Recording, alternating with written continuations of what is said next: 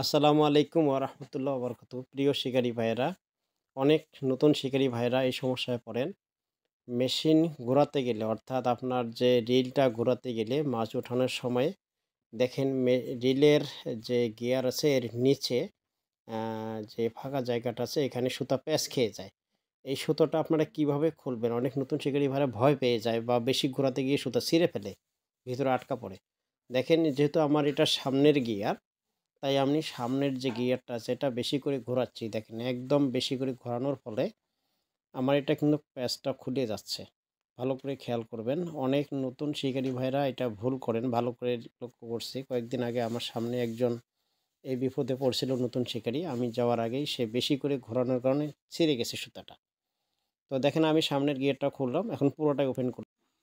Open করার পর আমি সুতোগুলো সুন্দর করে ভাঁজ করে নিয়ে পুরো মেশিন রিলের ভিতরে যে সুতাগুলো প্যাঁচ খেয়ে গেছিল এগুলো বাহিরে বের করে নিয়ে আসলাম।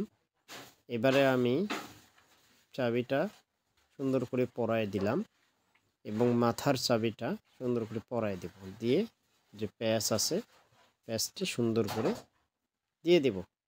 তো দেখেন এটা হলো একটা সিস্টেম। এটা হলো সামন গিয়ারের রিলের জন্য প্রযোজ্য।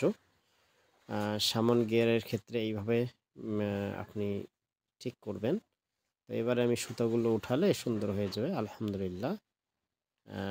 এবারে আপনারা যদি পিছন গিয়ারে যান, অর্থাৎ যেসব রিলের নদী শিকারীদের বেশিরভাগই সামন গিয়ার থাকে, আপনি যে পিছন গিয়ারে যান ভালো করে খেয়াল করবেন।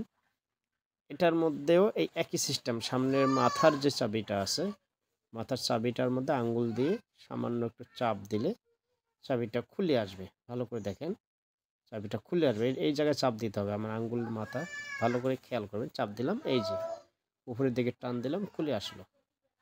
বাস, এখন আপনার কার্যক্রম শুরু। খেয়াল করে দেখেন আমি সুতার প্যাচগুলো খুলতেছি। পুরো সুতার প্যাচগুলো খোলার পরে যত জায়গায় প্যাচ ছিল সবগুলো খুলে দিলাম।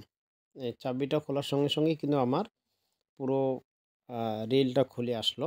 সামনের যে গিয়ারের রিলটা দেখেন এখন শুধু একটা চাবি আছে ভিতরে, অন্য একটা খোলানোর পরে আবার আমি এটা বসায় দিলাম। দেখেন এইভাবে সেম আগের মতো করে বসায় দিলাম।